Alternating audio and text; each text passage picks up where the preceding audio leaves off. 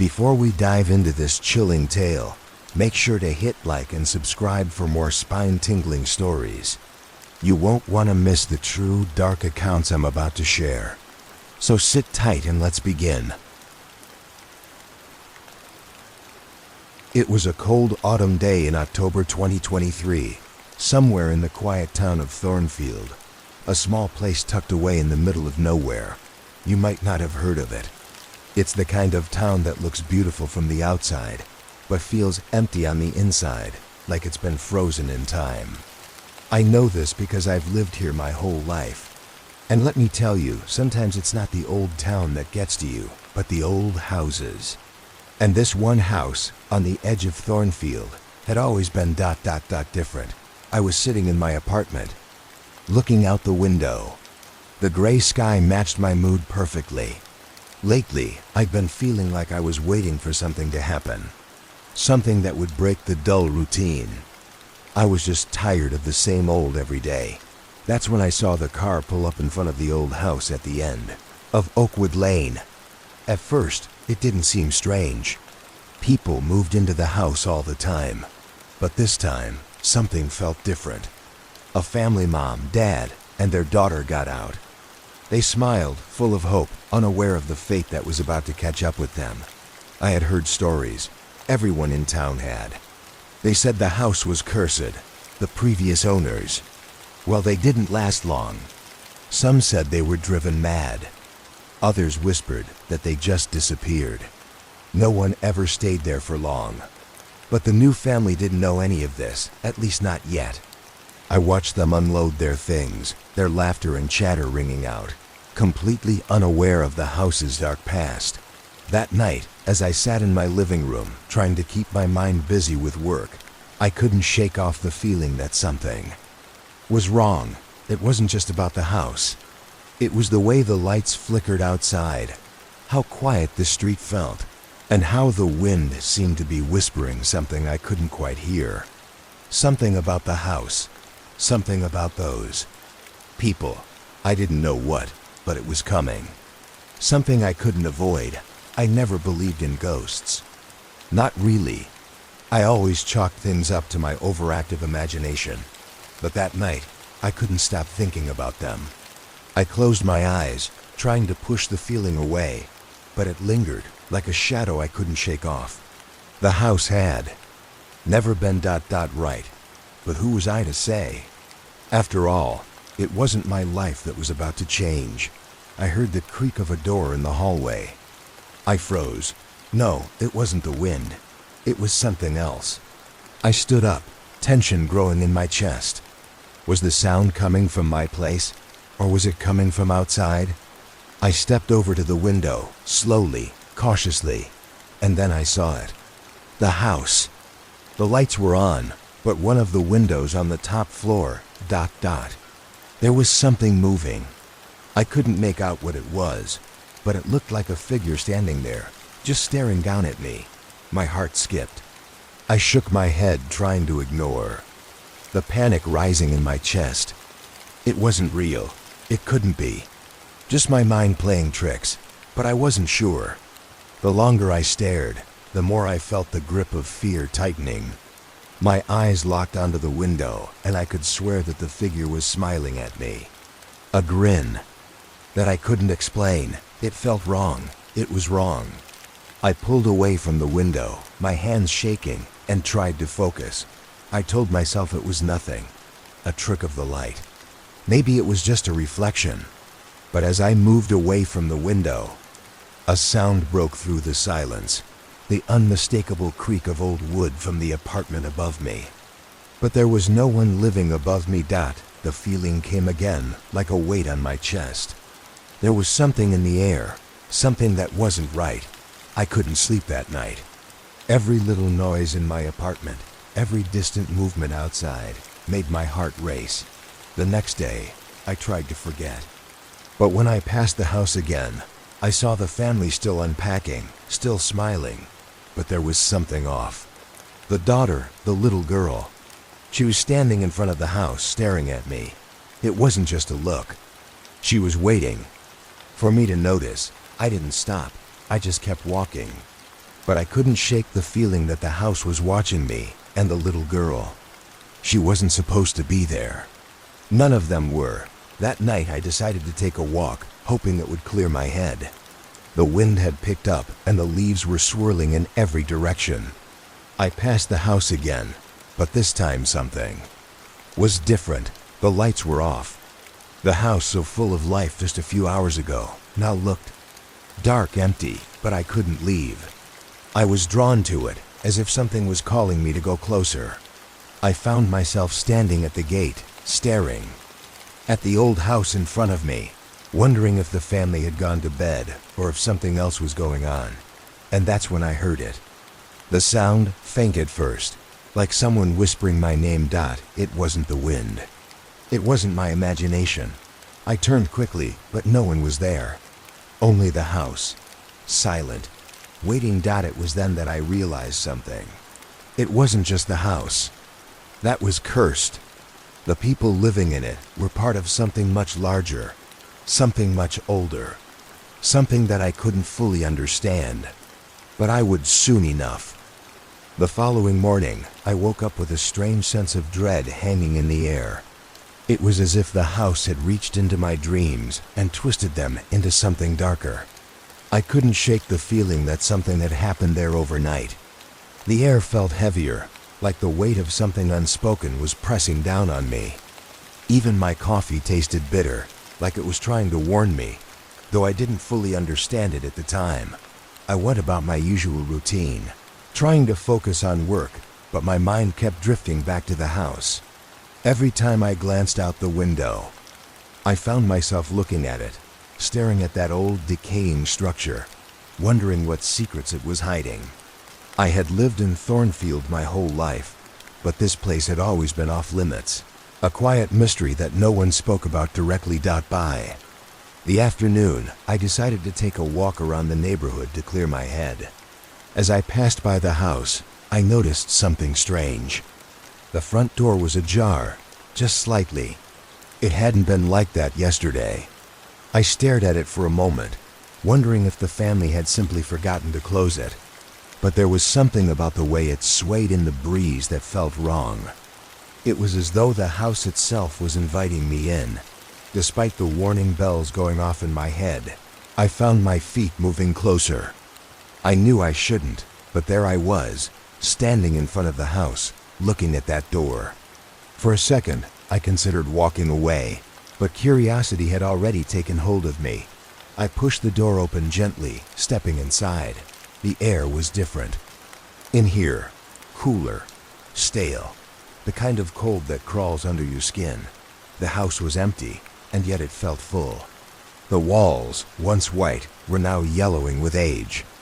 Dust settled on every surface, but there was something about the silence that made it feel like it had been waiting for me. I slowly walked through the hallway, my shoes creaking on the old wood floor. It was eerily quiet. Not a single sound except for the occasional groan of the house as it settled. My heart was pounding, but I couldn't bring myself to turn back. My legs felt like they were moving of their own accord, drawn deeper into the house. I reached the living room, and that's when I saw it. A photograph, lying on the floor, half hidden beneath an old rug. It was a family photo, just like the one I'd seen the day before, only this one was different. The people in the photo were smiling, but there was something unsettling about their expressions. They looked trapped, and in the background, standing in the corner, was a man I didn't recognize. His face was shadowed, but his eyes were fixed on the camera, and there was a faint smile on his lips. I bent down to pick up the photo, and as I did, I felt a chill run down my spine. It wasn't just the cold air. It was something else, something that made my skin crawl. It was like I could feel the man's gaze, even though the photo was only of his face. I stood there for a moment, staring at the picture, when I heard something. A whisper. Soft at first, barely audible. I couldn't make out the words, but it was clear it was coming from somewhere inside the house. The sound seemed to echo off the walls, a low murmur, like a chant. I froze. My pulse quickened. The hairs on the back of my neck stood up. I backed away from the photo, but as I did, the whispering grew louder. It wasn't just one voice anymore. It was more. A low, unearthly hum, as if the house itself was alive and breathing. My heart raced. I could feel something pressing against me, closing in from all sides. The walls felt like they were getting closer. I turned and ran for the door, but as I reached it, I stumbled. The door was shut. It hadn't been like this before. The door, which had been slightly ajar when I first walked in, was now completely closed. I gripped the handle and pulled, but it didn't budge. I panicked, tugging harder, but it felt as though the house itself had locked me inside. And then I heard it. A voice. Clear and chilling, right behind me. Double quotes, leave. While you still can. I spun around, but no one was there. The room was empty, silent. Again, except for the whispering that now filled the corners of the house, like it was coming from the walls themselves. I slammed my shoulder against the door again, harder this time, and with a loud groan, it finally creaked open. I bolted out of the house, gasping for air, and didn't stop until I was back on the street, heart still hammering in my chest. I looked back at the house, feeling a strange pull, like it was calling me back, but I couldn't go back. I couldn't. My mind raced as I walked quickly away. What had I just experienced? Was it real? Was it my imagination? I didn't know anymore. But one thing was clear. I had to warn the family. They were too new to understand the dangers, too unaware of what they had gotten themselves into. I didn't know what I was going to say to them, or how I was going to explain it, but I knew I had to try. That house was alive in ways that no one understood, and the family wasn't ready for what was about to happen. The days passed, but I couldn't shake the feeling that the house was still with me, following me. The sense of unease was growing stronger with each hour, like something was waiting for me to make a mistake. I couldn't stop thinking about the family, the new family. They were completely oblivious to the danger they were in, and every passing minute felt like it was inching them closer to something they couldn't escape. I didn't go near the house again. Every time I walked past, I felt a heavy pull in my chest, a mix of dread and curiosity that made it impossible to turn away. The windows were always dark now, silent, like the house was holding its breath. I couldn't understand it. I was certain that something in that house had seen me, something that shouldn't be possible. That whisper, that voice. It had felt too real to ignore. On the fourth day, I decided to go and talk to the family. I didn't know how to explain the things I had felt, but I had to try. I needed to warn them. Maybe I was being paranoid, maybe I was overthinking it, but I couldn't shake the feeling that if I didn't do something, it would be too late. I walked up to the house, my footsteps echoing on the pavement. The front door was closed as usual, but I could see the faint glow of light through the curtains. I hesitated for a moment, then knocked. A few seconds later, the door opened, and Sarah, the mom, greeted me with a smile. She looked kind, but there was something in her eyes that made me feel like she knew something I didn't. She invited me in, and I stepped over the threshold, immediately feeling the temperature drop. It was subtle, but it was enough to make me shiver. The house looked different inside. The same dusty, decaying walls, but now there was a strange tension in the air. It felt off, like it was alive. I glanced around, unsure of what to say, but I could feel my heart racing. There was something I needed to say, something important. I'm sorry to bother you, I started, my voice shaky. I just ... I wanted to make sure everything's okay here. This house, it's been empty for a while, and I've heard some things. Weird things. Sarah smiled, but there was something forced about it. We're fine, really. I know the place is old, but we love it here. It's perfect for us. It just feels right, you know? I nodded, trying to hide my growing discomfort. It didn't feel right. It felt wrong. Every part of me screamed that. They had no idea what they were dealing with. I know it probably sounds silly, I said, but there's something about this house. People used to live here before, but they ... They didn't stay long. I mean, things happened. Strange things. People talk about it. Some even say it's cursed. Sarah looked at me, her smile faltering just for a second. Cursed? She laughed softly, but it wasn't a real laugh. It was nervous. Come on, this house isn't cursed. It's just an old house. And it's going to be perfect for us, really. I could see the doubt in her eyes, but she didn't want to believe. She didn't want to hear it. And maybe, deep down, I didn't want to be the one to ruin their dream of starting fresh. But I couldn't ignore the warning signs. I had to say something. I know this sounds crazy, I said quickly, but you should be careful. I've lived here a long time. Well, this house, it has a way of getting into people's heads. It pulls you in, makes you think things are okay, when they're really not. It ... changes things. She shook her head, stepping back a little. Look, I appreciate the concern, but we're fine, really. Thank you for stopping by, but we're happy here. I stood there for a moment, unable to shake the feeling that I was talking to a wall. She wasn't going to listen. Maybe I was wrong. Maybe the house wasn't what I thought it was. But deep down, I knew I wasn't wrong. I had felt it in my bones in that brief moment when I stepped inside. I left the house, feeling like a fool, but also more certain than ever that I needed to find out the truth. If they weren't going to listen to me, I had no choice but to dig deeper. I didn't know who else to talk to. I couldn't just walk away. As I walked back to my apartment, the street seemed quieter than usual. The trees were bare now, the wind howling between the empty branches. It felt like the whole town was holding its breath. I wasn't sure what I was hoping for, but I couldn't shake the feeling that something had changed in that house. That something was waking up, and it wasn't just the house. It was the people inside it.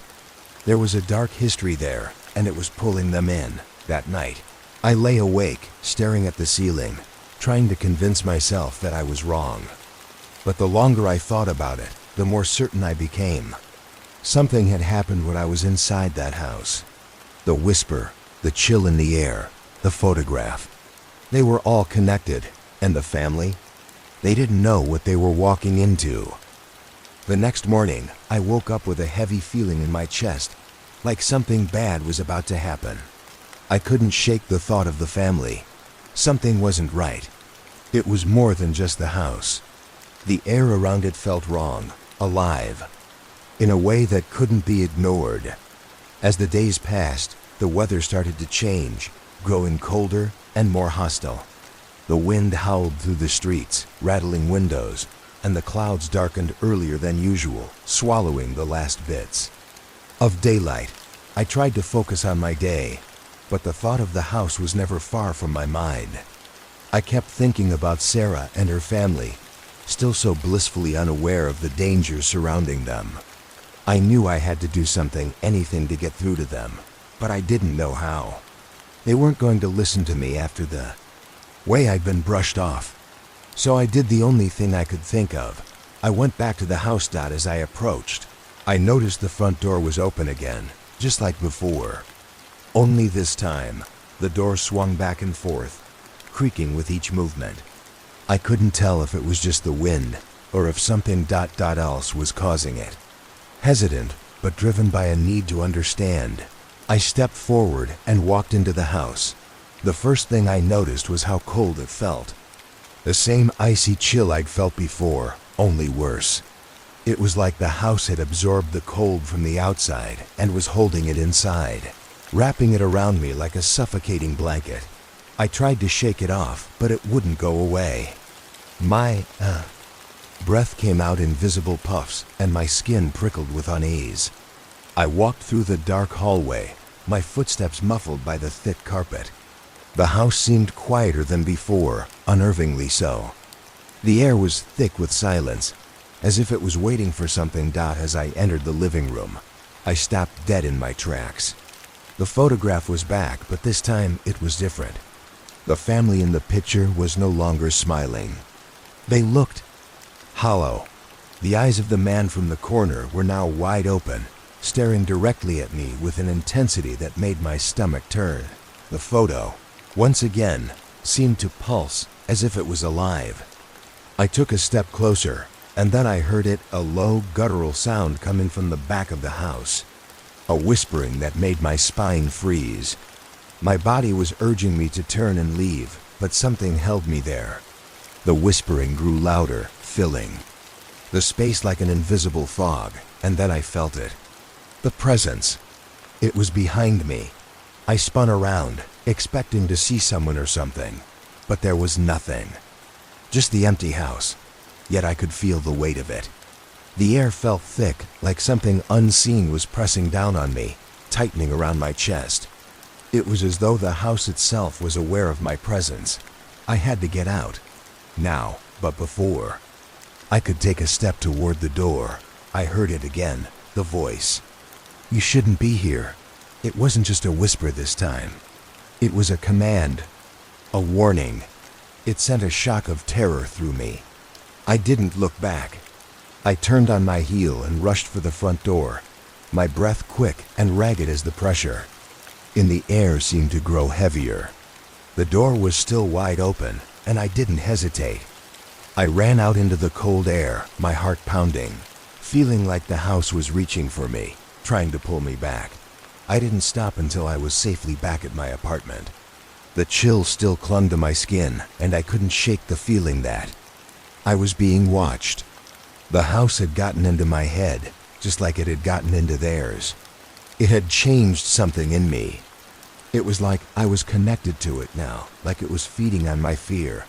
The next day, I tried to go about my usual life, but everything felt off. My thoughts kept drifting back to the family.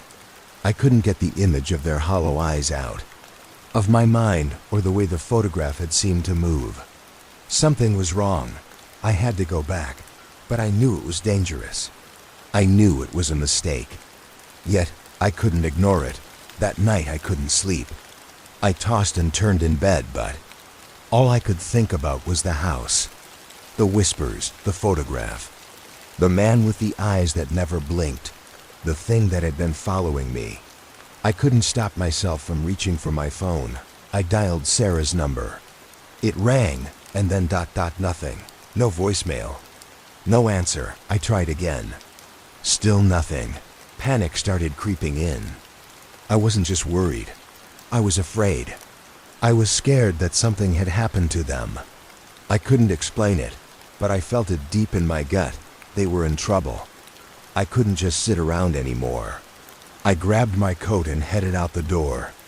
The wind howled as I walked down the darkened street, the streets of Thornfield eerily quiet. I tried to ignore the voice in my head telling me to turn back. I knew I had to do this. I had to make sure they were okay. When I reached the house, I didn't hesitate. The front door was ajar once again. I pushed it open and stepped inside, heart racing. The house was darker this time, the atmosphere suffocating, like it was alive and breathing with me. I made my way through the house again, every step feeling like it was pulling me deeper into the darkness. But this time, there was something different. The house was still. No whispers, no sounds. The walls seemed to be holding their breath. I finally reached the living room, and there they were. The family, but something was wrong. They were standing in front of the fireplace facing the wall. Their backs were to me, their heads bent down. The air was thick, and their bodies were still, too still. It was like they were waiting. I took a step forward, and that's when I saw it. The man from the photograph. He was standing behind them, just outside their line of sight. His eyes were locked on them, dark and hollow, just like the last time I saw him. Before I could react, the room went cold. The temperature dropped so fast, it felt like I was suffocating in ice. The voice again, louder this time, "Leave now, before it's too late."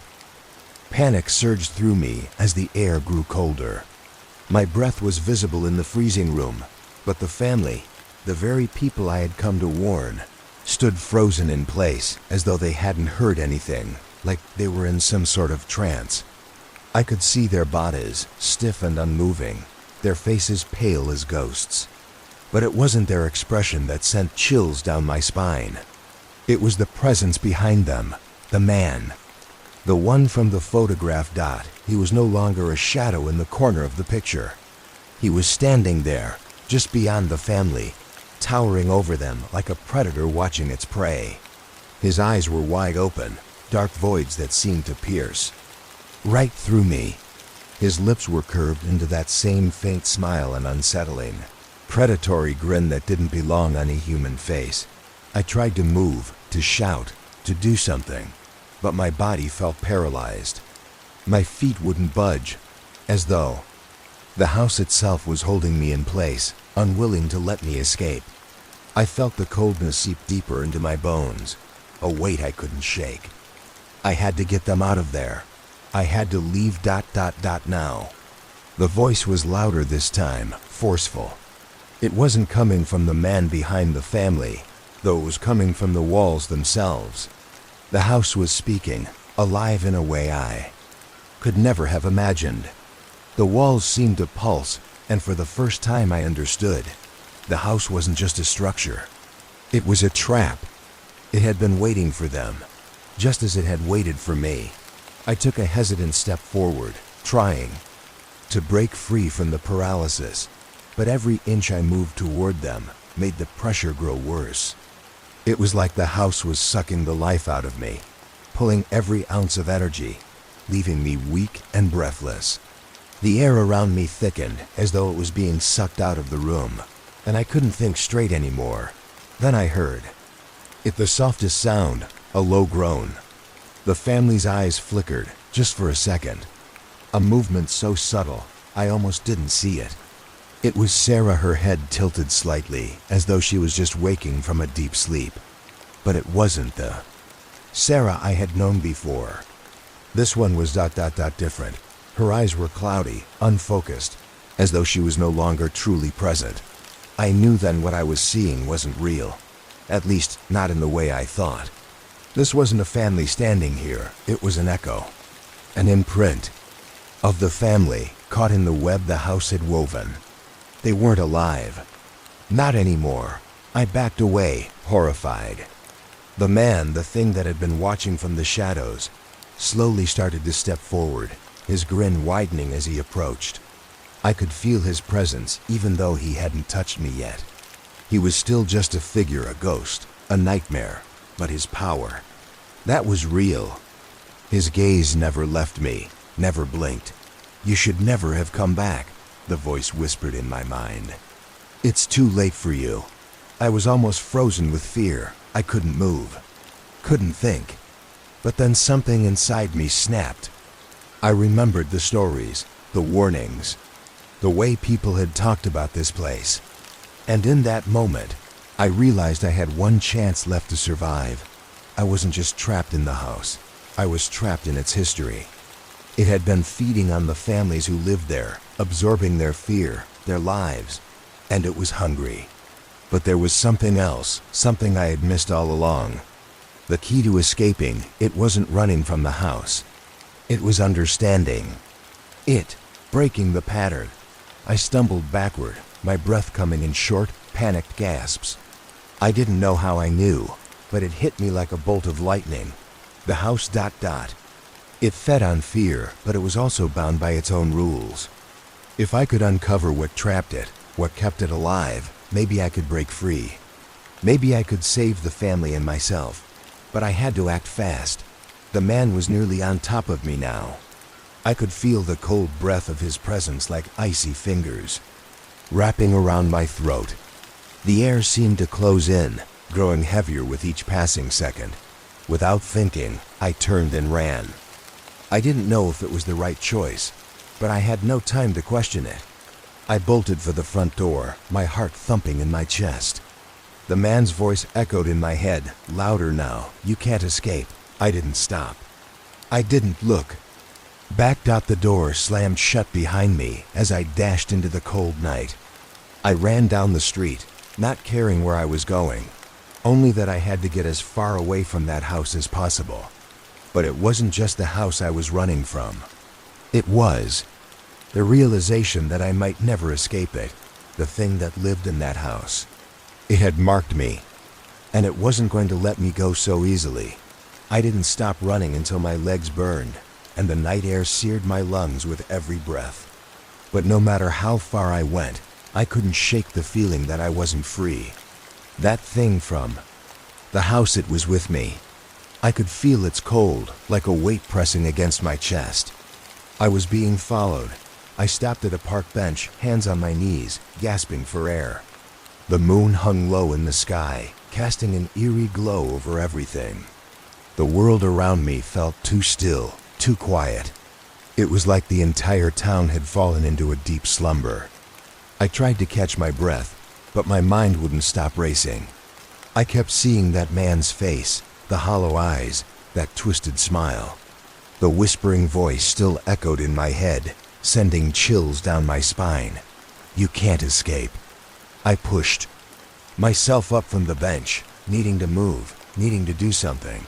But as I stood, I froze. The hairs on the back of my neck stood up. My heart skipped a beat. I wasn't alone. Across the street, standing under the dim light of a lamppost, I saw a figure.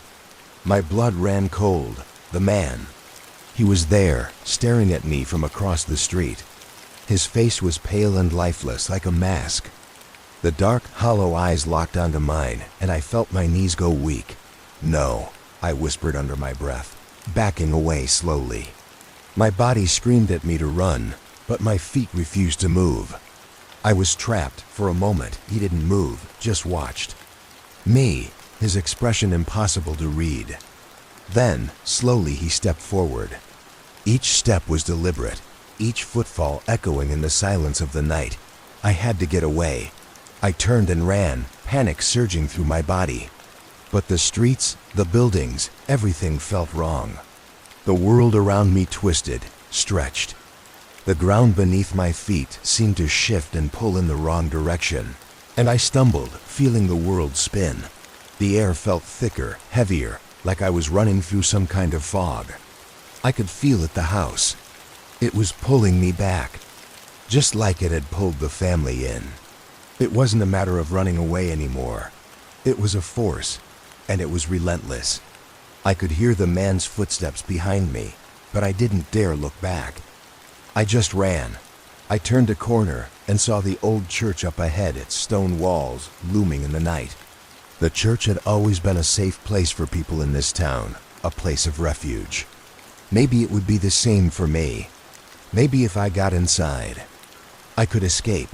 But as I ran toward it, something happened that froze me in my tracks. The church wasn't where I thought it should be. I had passed it countless times, but now the building was off, distorted. The road was no longer familiar. The streetlights, which had once been so clear, flickered like faulty bulbs. The air felt thick again, and I realized I wasn't running through my town anymore. I was in the house. Somehow, impossibly, it had followed me. The streets, the church, it had all turned into a twisted reflection of the house. I was back. No matter how fast I ran, no matter how far I tried to escape, I couldn't outrun it. The man's voice filled the air, louder now, filling my ears, my head. You're mine now. I spun around, desperate, but he wasn't there. The street was empty, silent. I was alone, or so, I thought. That's when I heard it, the whisper, soft and cold. It came from behind me, but it wasn't the man anymore. It was Sarah. Why did you leave us? She asked, her voice weak, distant, but unmistakably hers. I turned quickly, my heart racing, and there she was. Sarah, standing in the middle of the street, her eyes wide, her face pale as a ghost. Her body was hunched forward, her posture unnatural, like she was being pulled by some unseen force. She didn't look like the same woman I had met days ago. She looked broken, hollowed out. Sarah? I whispered, my voice trembling. What's happening to you? She didn't answer. Instead, she took a step toward me, her limbs jerking in unnatural movements. It was like she was fighting against something inside of her, but she couldn't stop it. And then, like a marionette, with its strings pulled too tight, she collapsed onto the ground, twitching violently. I ran to her, not thinking. I had to help her. I had to save her from whatever was happening to her. But as I knelt beside her, her eyes shot open, wide and empty, and she grabbed my arm with an unnatural strength. "You should never have come back," she hissed, her voice no longer hers. It was cold, inhuman. The grip she had on my arm was like iron burning into my skin. "It's too late for you, ... I screamed in pain as I tried to break free, but her fingers dug deeper, pulling me closer to her twisted face. I could feel the coldness of her touch spreading through me, chilling my bones. The darkness in her eyes was like a void, pulling me in, threatening to swallow me whole. And that's when I heard the footsteps again, the man. He was closing in, but this time it wasn't just him. The family, the echoes were all around me. Their faces distorted and wrong, their eyes empty, staring at me, reaching for me. They weren't alive, but they weren't dead either. They were trapped, caught in the house's grip, and now they were trying to pull me in with them. Everything went dark. When I opened my eyes again, I wasn't sure where I was.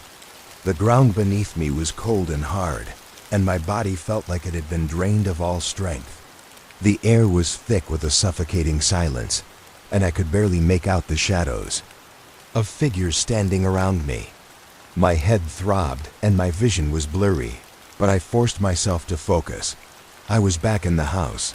The walls were the same dark, decaying wood and the oppressive atmosphere that felt as though the house itself was alive, watching me.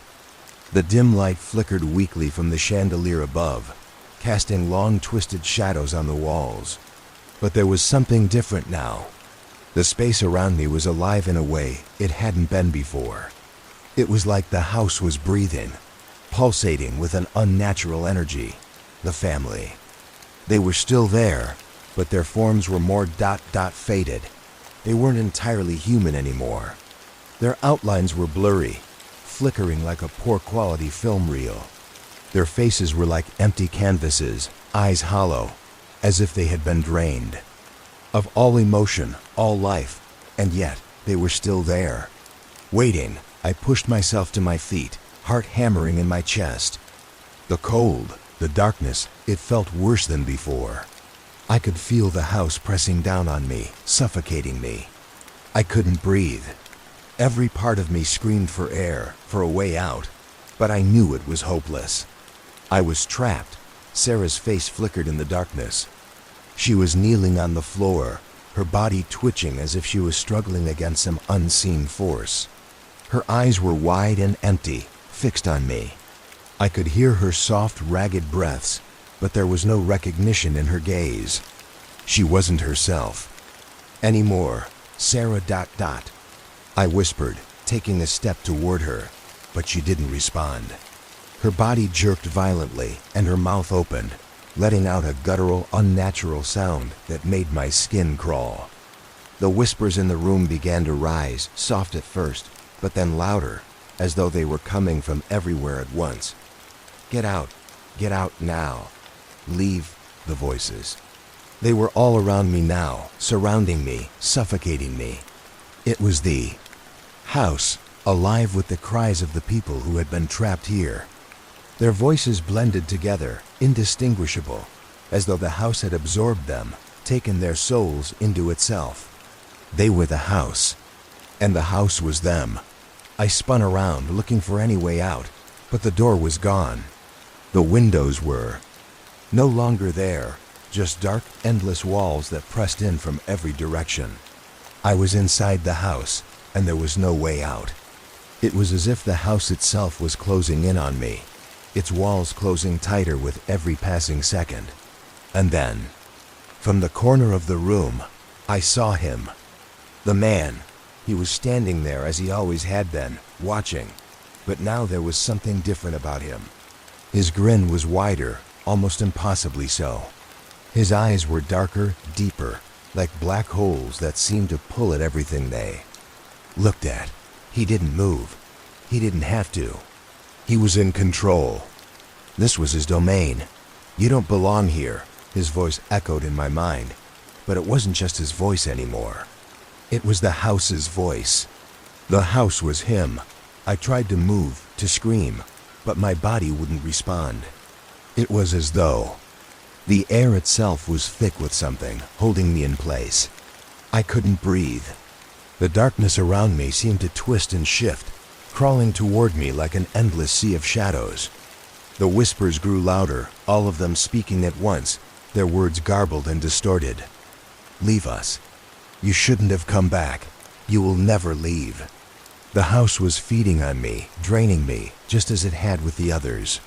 And then I realized something that made my blood run cold.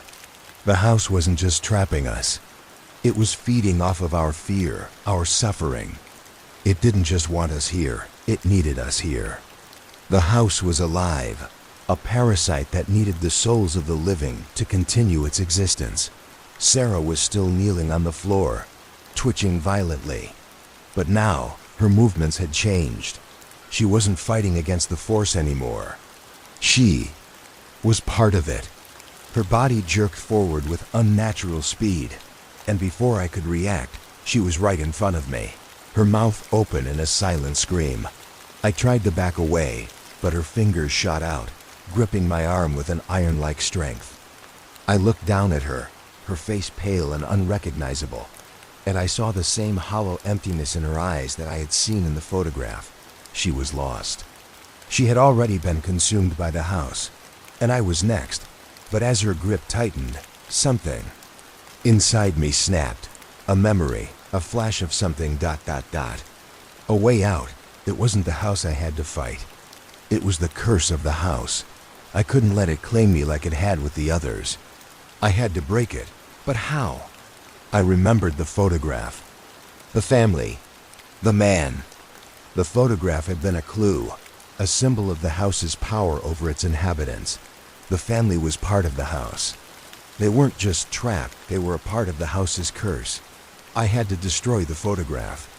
Destroy the symbol of the house's hold over us. Without thinking, I jerked my arm free from Sarah's grip and ran toward the flickering light of the hallway. The photograph. It had to be in the living room, right where I had seen it before. I had to destroy it. I didn't know if I had enough time, if I could make it before the house claimed me. But I had no choice. It was my only chance.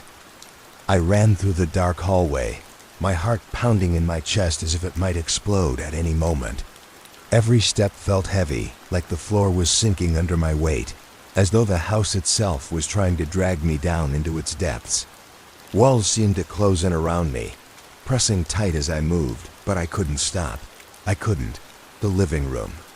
It was just ahead. I could see the flickering light from the hallway stretching out, casting long shadows across the floor.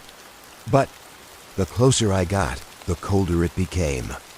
My skin prickled with the icy touch of something I couldn't see, yet I felt it deep in my bones.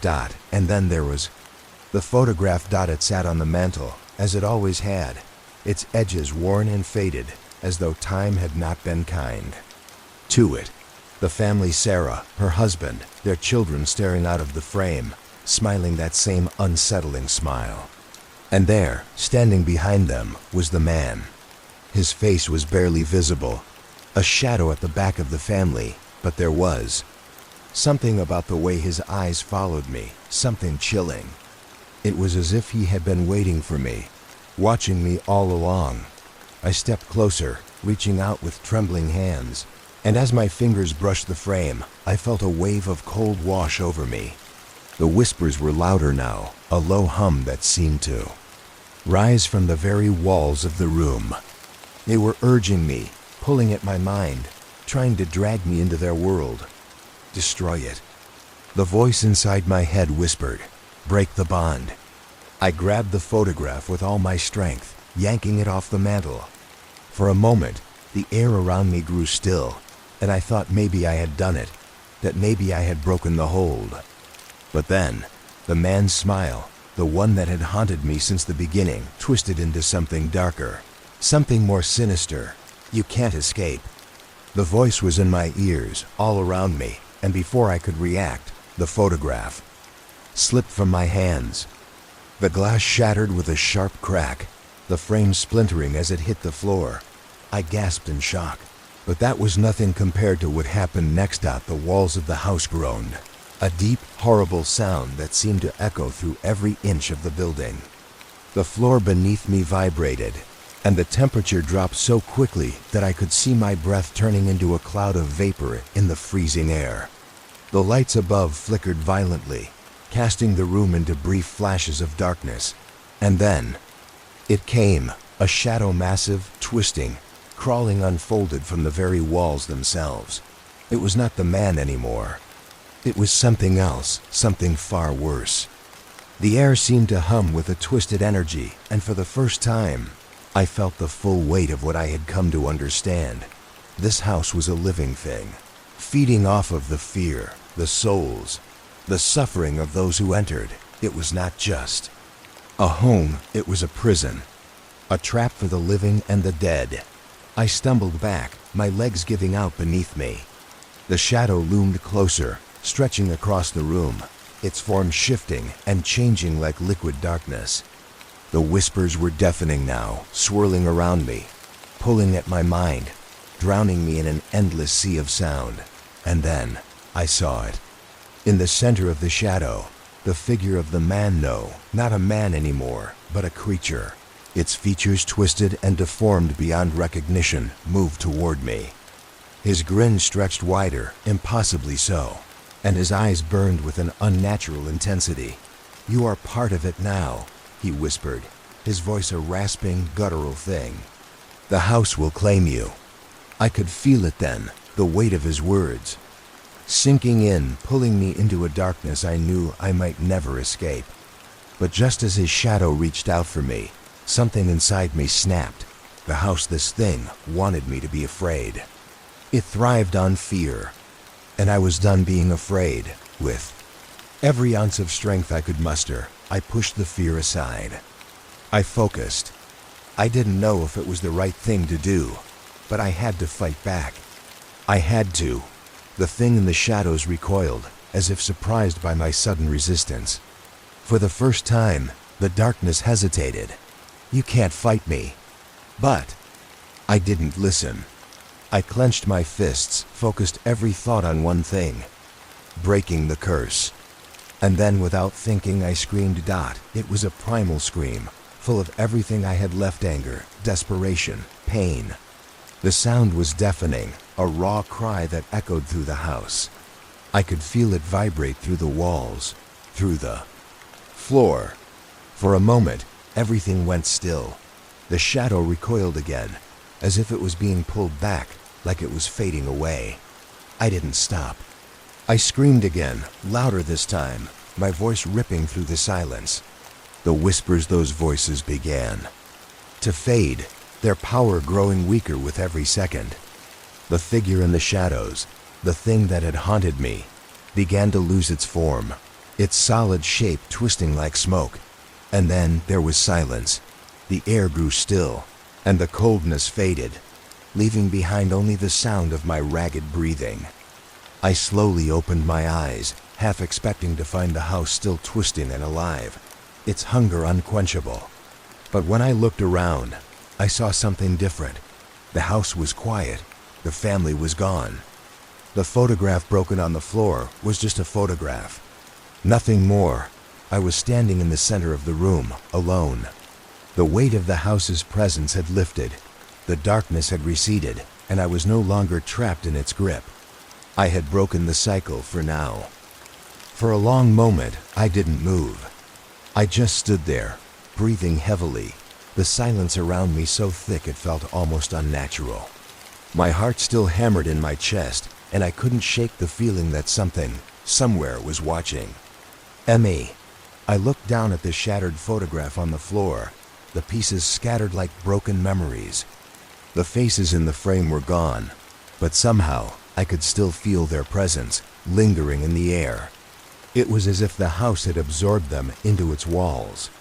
I didn't know if destroying the photograph had truly broken the curse, or if it had only delayed the inevitable. But I had to leave.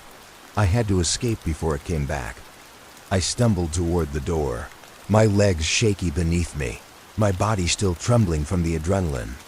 The hallway outside was just as I remembered it, dark, cold, and quiet, but there was something different now. It wasn't the same suffocating atmosphere. It was like the house was holding its breath, waiting for something. I stepped carefully, not trusting the floor beneath me, afraid it would shift or crack as it had before. But nothing happened. The floor was solid now. The walls weren't moving. The house was still. I made it to the front door, my hand shaking as I reached for the doorknob. It was locked. Of course, it was. The house didn't want me to leave, but this time, I wasn't going to beg it for mercy. I slammed my shoulder into the door, once, twice, until I heard the wood splinter and crack. I kept going, my heart racing, my muscles screaming with exhaustion. But I didn't stop. I couldn't stop. And finally, with one last desperate shove, the door flew open. I stumbled outside, gasping for air, the cool night breeze filling my lungs, cleansing me of the suffocating darkness that had trapped me for so long. I was free, or at least I thought I was. I didn't dare look back as I ran down the path, across the overgrown yard, and into the street. The house loomed behind me, its dark windows like empty eyes watching. But then, I heard something that made my blood run cold. Footsteps, slow, deliberate, and unmistakable. I spun around, panic rising in my chest as I looked for the source, but there was no one there. The street was empty, silent. The house was still behind me, its lights flickering faintly in the distance. But the footsteps, they were getting louder. Closer. I turned and ran faster, my breath coming in ragged gasps. The street seemed to stretch on forever, the houses blurring past me in the darkness. My legs burned, my lungs ached, but I couldn't stop. I had to get away. And then, it happened. I ran straight into someone.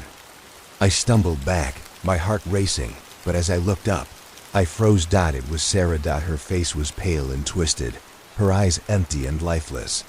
She didn't speak, but her presence was like a weight pressing down on me, heavy and suffocating.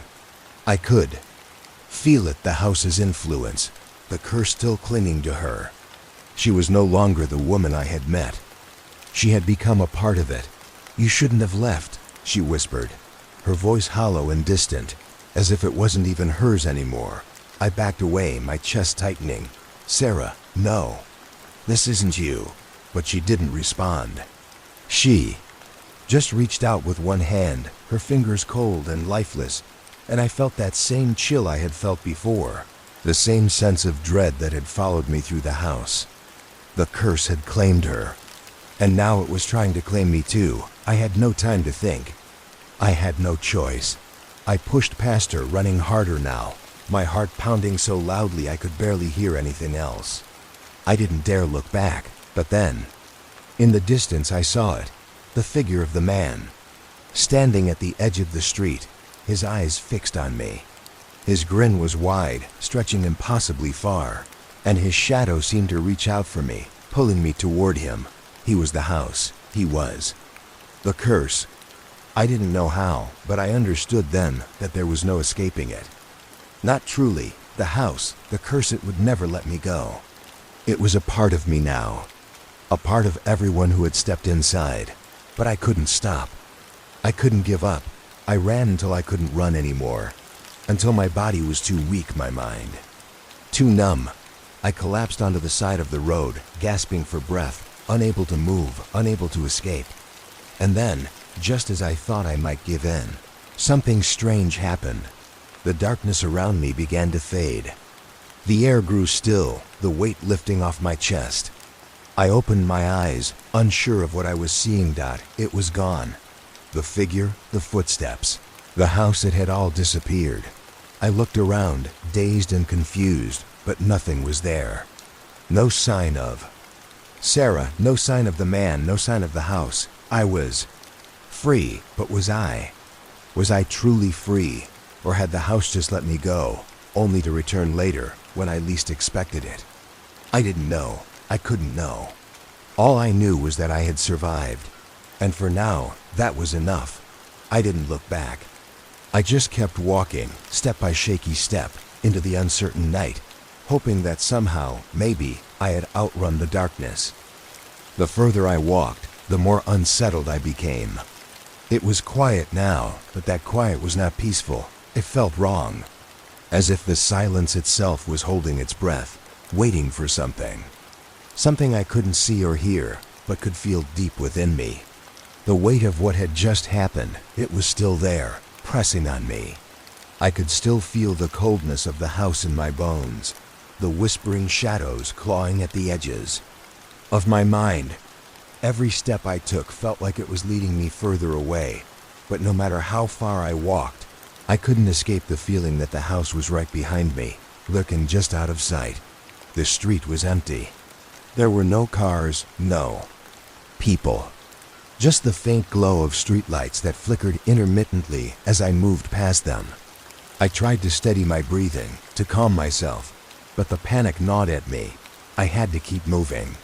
I couldn't stop. Not yet. I glanced over my shoulder once. More, half expecting to see the house looming behind me.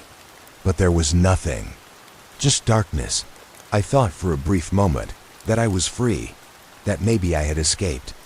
But deep down, I knew it wasn't over. I could feel it. The house didn't let go of its prey that easily. I reached the corner of the street where the road split. One direction led into the heart of the city, the other down a quieter, darker path that seemed to disappear into the trees. I hesitated for only a second before choosing the city. I needed to find someone, anyone, who could help me make sense of this madness. But the closer I got to the city, the more I felt like I was being drawn towards something else. I tried to shake it off. No, I told myself. This wasn't happening. I was free, but then something changed. The air grew colder again, and the night sky above seemed to darken, the stars blurring into something unnatural. My steps slowed, my breath catching in my throat. The faint rustling of leaves echoed through the trees, but there was something off about it. It wasn't the normal rustling you'd expect from a breeze. It was more like scratching, like something was moving in the shadows, just beyond the reach of the light. I stopped. My instincts screamed at me to keep walking, but I couldn't move. Something was wrong. I could feel it now. The shadows in the trees were watching me, their dark shapes shifting and stretching unnaturally. They seemed to be moving closer, closing in around me. You thought you could leave. The voice was faint at first, just a whisper, but then it grew louder.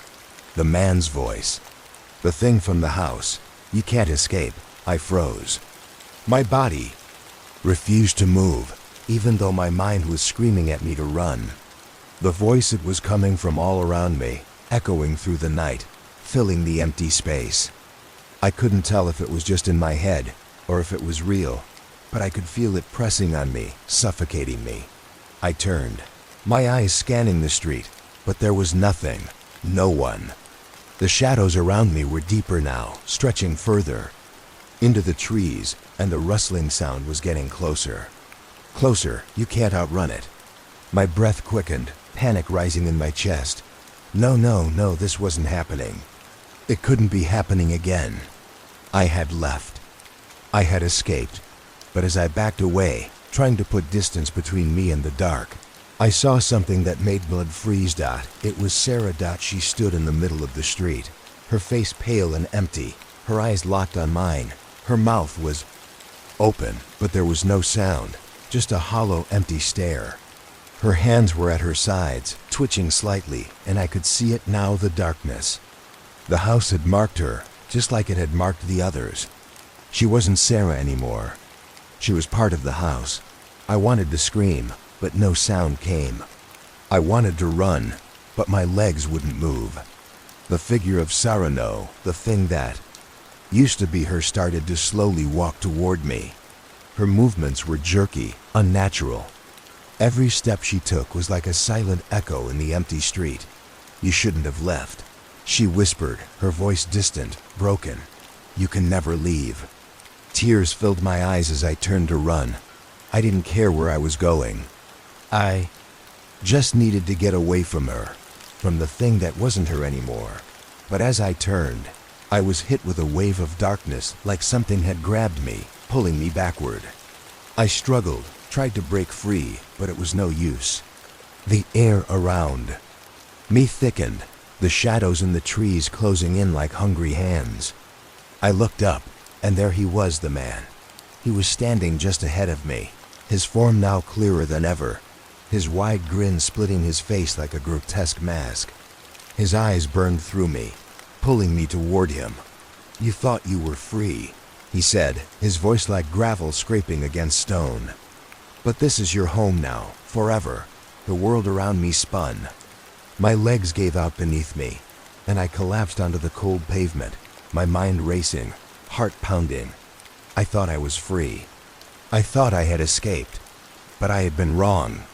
The house hadn't let me go. It was always with me. It always would be. And as the shadows closed in, I realized with a sickening certainty that no one who had ever entered that house had truly left. I didn't know how much time passed after I collapsed onto the cold pavement. The world around me seemed to blur, the shadows bending and twisting like smoke in the wind. I couldn't feel my limbs, couldn't move, couldn't think. It was as if I had been pulled into some kind of limbo, a place between life and death where time had no meaning. The man's figure loomed over me, his shadow swallowing me whole. His grin stretched wider, his eyes glowing with that same malevolent light that had haunted me in the house. "You're mine now," he whispered. His voice was everywhere, echoing in my head, in my chest, in my very bones. "There's no escape. You will never be free. Not from me. Not from the house." I wanted to scream, wanted to fight back, but my body was numb. Every part of me felt drained, like I had been emptied of everything that made me me. The thing that had once been Sarah, the thing that wore her face, stood motionless beside him, her empty gaze fixed on me. I could feel the curse wrapping tighter around my soul, its grip unrelenting. But in that moment, something deep within me flared to life. A spark, tiny but strong enough to remind me that I was still here. That I was still alive. The house had tried to swallow me whole, to pull me into its endless darkness. But I wasn't done fighting. I pushed myself to sit up, my body aching, my breath shallow. The man's figure loomed closer, but I didn't back down. I couldn't. "Not now, you can't break me," I whispered, my voice hoarse and weak. His grin faltered. "Just for a second. No one ever escapes me," he said, his voice dripping with malice. But there was something behind his words, something in his eyes, a flicker of doubt, like he wasn't entirely sure. Like maybe, just maybe, I wasn't as broken as he thought, and that was all I needed. That tiny crack in his certainty. I looked up at the thing that had been Sarah, the one who had once been a person, a mother, a wife. But now she was just a shell. Her face was hollow, her body stiff with the unnatural stillness of the house's curse. I could feel the pull of it, that dark energy reaching out to me, trying to drag me back into the abyss. But I resisted. I had to. I grabbed the cold pavement beneath me, pushing myself to my feet, and for the first time since this nightmare began, I felt a surge of defiance. I wasn't going to let them take me. Not without a fight. The man laughed, the sound echoing in the empty street, but there was a hint of something else in his voice. Something uncertain. Fear? I didn't wait to find out. I turned and ran. I didn't know where I was going. I didn't care. I just needed to get away.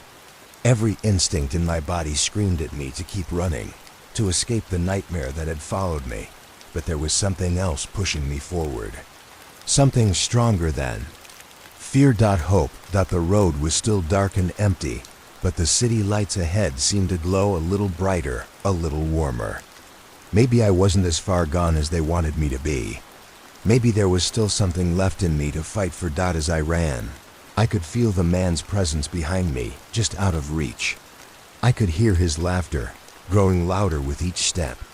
But it wasn't as powerful now. It didn't feel as powerful. I was getting closer to the city. I could see the streetlights shining in the distance, the faint hum of life beyond the darkness. I had to make it there. I had to survive. Then I heard it again, the footsteps. But this time, they weren't just the man's. There were others. A chorus of footsteps all around me, growing louder, closer. I knew who they were, the lost souls. The ones the house had claimed before me. They were here now in the shadows, just waiting for me to slip, waiting for me to fall. I felt them, closing in, their cold hands reaching for me, their whispers clawing at my mind. I couldn't let them take me, not now. The city was so close. I could almost feel the warmth of the lights. I pushed myself harder, faster, my legs burning, my lungs on fire. I didn't look back. I couldn't. I could feel the darkness at my heels, but I wasn't going to stop. I wouldn't. And then, just as I thought I couldn't run any longer, I crossed the boundary. The line between the shadows and the light. I felt the cold grip on my chest loosen, the darkness retreating. The man's voice, the thing that had been him, faded into the distance. I stumbled into the city streets, gasping for air, my chest heaving with relief. The lights above me flickered brightly. The hum of the city was alive with energy, with life. I had made it, but did that mean I was truly free? I didn't know. The darkness, the house, they were still out there somewhere. Watching, waiting. I had escaped for now, but the nightmare was far from over. The house never lets go. Not really. But for the first time since stepping into that cursed place, I felt something I hadn't felt in days. A spark. A flicker of hope. I had survived. I was still here. And that, for now, was enough. The city lights felt almost too bright. Too sharp, like they were cutting through the lingering darkness inside me. I kept moving, my feet not quite touching the ground, as if I were walking on air alive, but still trapped in the remnants of the nightmare I had just escaped. I didn't stop. I couldn't. The fear hadn't left. It was still there, gnawing at the edges of my mind, pulling at me like the house itself was still somewhere, just out of sight, waiting. I glanced over my shoulder, half expecting to see the man, his twisted grin, the empty face of Sarah, but the streets were empty, save for a few late-night stragglers and the occasional car driving by. I turned a corner, my heart still racing, my breath uneven. The city was alive with noise-honking cars, distant chatter, the hum of late-night shops, but it all felt distant, like I was in a different world entirely. The world of the living felt so fragile, so small, compared to what I had just experienced. I needed to talk to someone. I needed to tell someone what had happened. But who would believe me? Who would understand the madness that had consumed my life in the last few days? I kept walking, my steps automatic, my mind swirling with everything that had happened. The house, the shadows, the curse, the man, the thing that had been Sarah. I passed a small cafe, its windows glowing with soft light. It seemed like a safe place to rest, to catch my breath. Maybe someone in there could help. I pushed open the door and stepped inside. The warmth hitting me like a wave, comforting but unfamiliar. The smell of coffee and pastries filled the air. A few patrons sat at tables, quietly talking or reading, oblivious to the storm I had just walked out of. I approached the counter, my mind still on the events that had unfolded. I needed something, anything, to ground me, to remind me that I was still in the real world. The barista behind the counter smiled at me, a friendly, tired smile that didn't reach her eyes. She looked at me, then quickly turned away, grabbing a cup for my order. There was something off about her demeanor, something strange in the way she moved. I shook it off, too exhausted to care. I ordered a coffee, something strong to keep me awake, to keep me alert. The barista handed me the cup, and as I reached for it, I noticed something. On the surface of the coffee, floating just beneath the froth, was a faint design, a pattern that almost looked like a symbol or a word.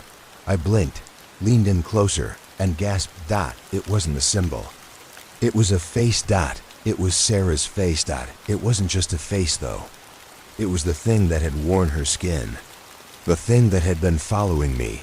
The thing that had whispered in the darkness." Her empty eyes stared up at me from the surface of the coffee, frozen in that same hollow, vacant stare. I stumbled back, knocking over the coffee cup. It spilled onto the counter, staining the surface, but I couldn't look away from the face in the foam. I could hear the man's voice in my head again, faint but growing stronger. "You can never escape. The house always finds its way back." I felt the blood drain from my face. This couldn't be real. I was still here, in the city, in the light, far from that cursed place. But it didn't matter. It was like the house had seeped into everything. Its reach was everywhere. The curse had followed me. The darkness was never far. I could feel the presence behind me, the coldness creeping up my spine. I turned around, my heart pounding in my chest. But no one was there. The cafe was still filled with quiet patrons, completely unaware of what was happening to me. But the man's voice, it was getting louder now. "You thought you were free, but you're still mine." I backed away from the counter, my pulse hammering. The room seemed to spin, and I had to fight to stay grounded. I couldn't let myself lose control. I couldn't let the darkness take over again. I turned and bolted out the door, the city streets now feeling even more foreign, more threatening than before. I had to get away from the cafe, away from the face in the coffee, away from the voices. In my head, I ran, my breath coming in short, panicked gasps. I didn't know where I was going. I didn't care. I just needed to escape. But I couldn't outrun the feeling that the house, the curse, was closing in on me, no matter how far. I went. I didn't know what to do. The house had followed me. The man, Sarah's face, they were all there, waiting for me, hidden in the corners of the world. I had thought I was free, but I was just running in circles. The darkness had always been a part of me, and now it was. Everywhere. Was there anywhere safe? I didn't have an answer, and I didn't know if I ever would. I ran. I couldn't stop myself, my feet pounding against the pavement, but the farther I went, the more my surroundings seemed to distort. The city, so full of life just a moment ago, now felt empty, hollow, as if it were a shell, and I was just passing through, not truly part of it. I glanced around at the buildings, the streetlights flickering like they were going out one by one. The world seemed to shrink. I could hear my breath, harsh and frantic, echoing in the stillness around me. And then, in the distance, a shadow moved. It was too dark to make out the shape, but I knew it wasn't just a person. It was too fast, too unnatural. I froze. My heart pounded in my chest as the shadow moved closer, and I didn't have to see it to know who it was. The thing that had been Sarah, the thing that had been following me, was here. It was watching me. "You can't run," the voice whispered, and I felt the chill crawl up my spine. It was the man's voice. It echoed in the air, filling the empty street like a sickness. "You belong to the house now," the voice continued. "You will never escape me. You'll never be free." I backed away, panic flooding my veins, but the shadow continued to grow. I turned and ran again, this time without looking back. Every instinct told me that I had to get away, but I was running blind. I didn't know where to go.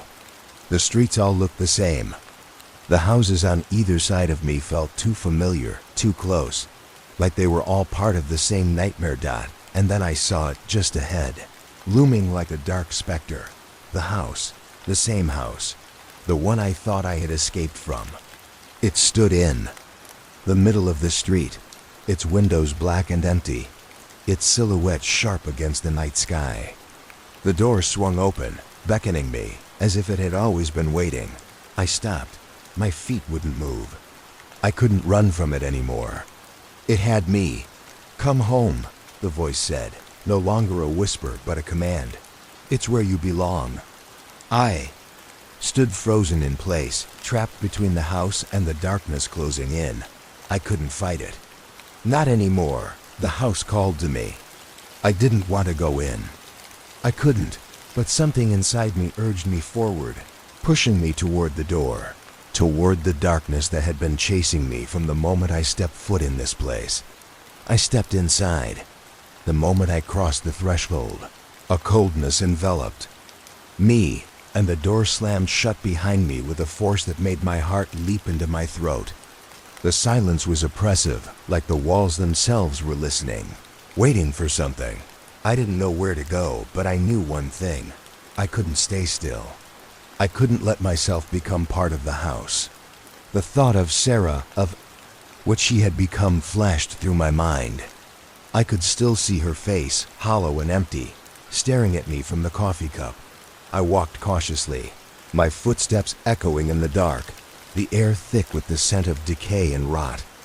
Each hallway seemed to stretch on forever, leading nowhere, and the more I walked, the more I felt like the house was alive, like it was feeding on my fear, pulling me deeper into its dark heart. "There's no escaping," the man's voice rumbled again. This time, it wasn't in my head, it was real, and it was coming from somewhere nearby. I turned, and there he was.